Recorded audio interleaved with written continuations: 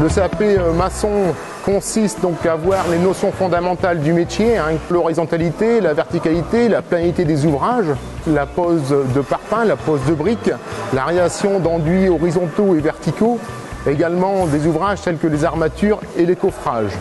La formation du brevet professionnel est similaire à celle du CAP maçon.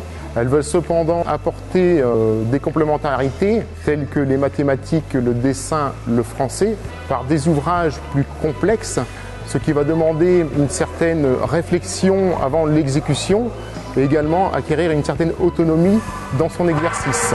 Après leur formation, qu'elle soit au niveau CAP maçon ou brevet professionnel en maçonnerie, ils seront certainement embauchés en tant que maçons.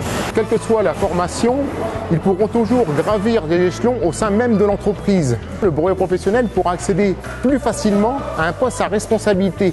Il sera plus facilement encadré un groupe de personnes ou réaliser, je dirais, ses ouvrages en toute autonomie.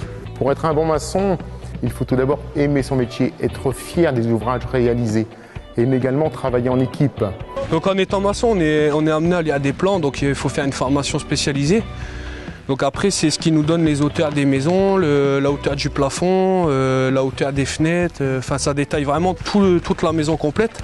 Il y a vraiment tout sur papier avant de monter. J'ai suivi des formations de CAP et brevet professionnel.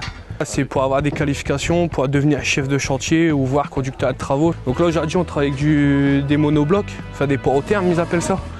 C'est des nouveaux matériaux très isolants, c'est des blocs à coller, c'est beaucoup de nouvelles techniques, c'est enrichissant.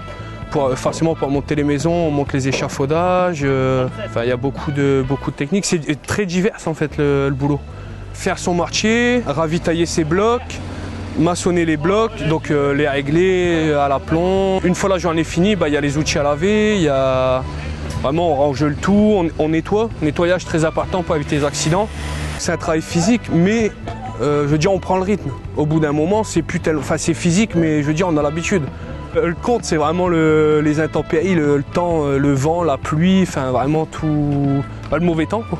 Après c'est vrai que l'été c'est plus agréable pour nous. On travaille de 8h à midi, 1h à 4h30, et le vendredi c'est 4h moins le quart.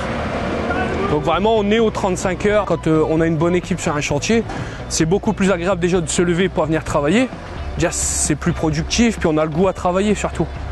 Avant tout, il faut aimer ce qu'on fait quand même, surtout.